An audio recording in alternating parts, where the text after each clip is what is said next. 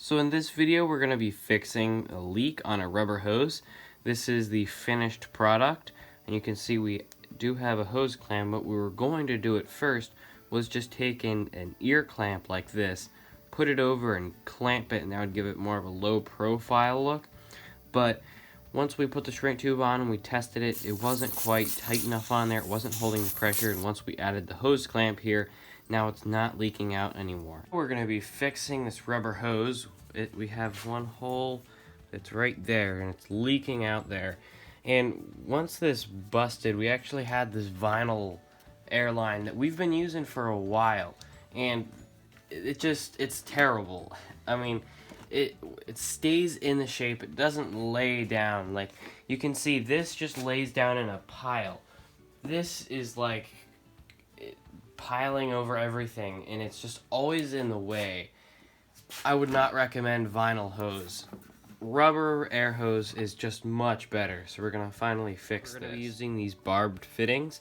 It has the fittings here that we're going to insert into the hose, and then instead of using like a hose clamp or a radiator clamp, which will get caught on a lot of stuff, if we use like these dog-eared clamps that we just take some pliers and clamp that, this will be a lot more slim and it won't get caught on a lot of stuff. So we're gonna go ahead and cut this, and there's a few ways to do this. We're just gonna use some big pliers, and I'm gonna go back a few inches here so we're at like new line.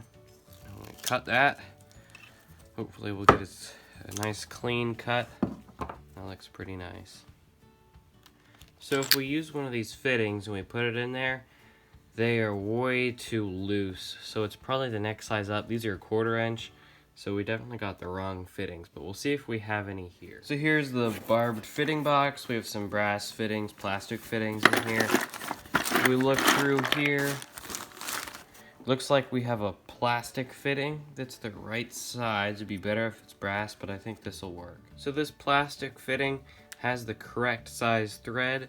It's the right size, and this fits right in there. So this is the correct fitting here. So I got the clamp to fit. It was a pretty tight fit, but I got it on there, and now I can slide it down the hose, and this will give us a nice seal on the clamp.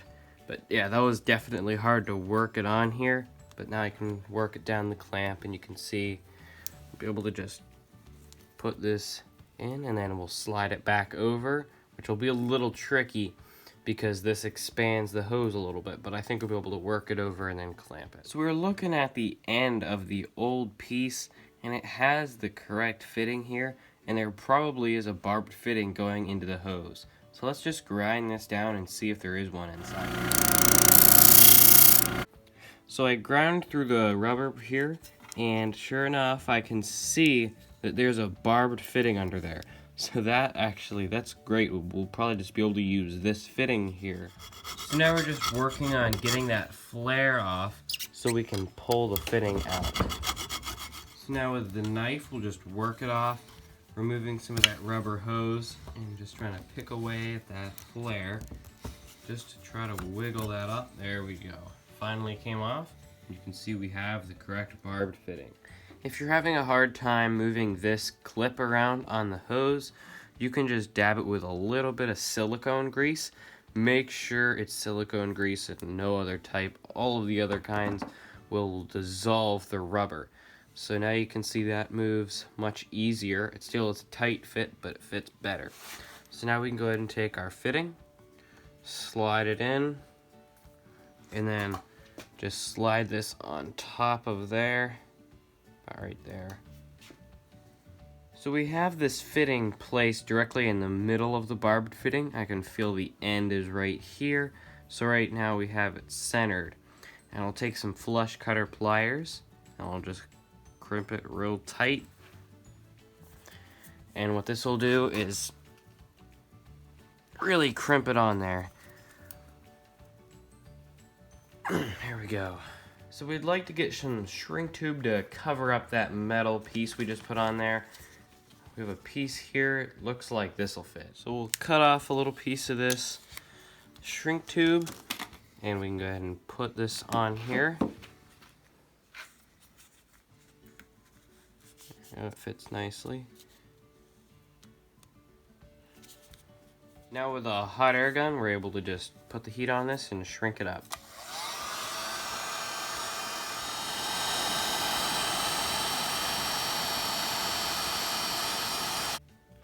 So that looks pretty nice, and now if it drags up against a car or something like that, it won't scratch it up and we have some protection. So we're gonna go ahead and put this end piece on, but first let's put a little bit of Teflon tape on these threads here so they have a little bit more of a seal.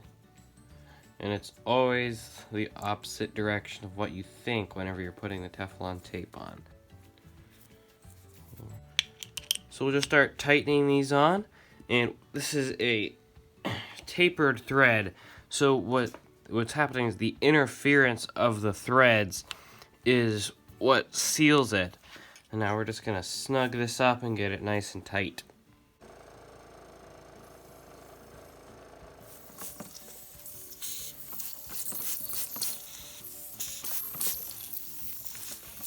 So obviously we have a leak in that hose.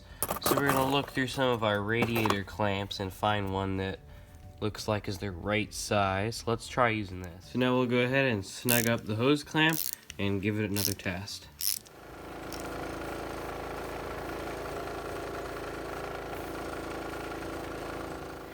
So we did end up having to use the hose clamp. It would have looked a little nicer just with that little ear clamp, but this works and it's not leaking anymore.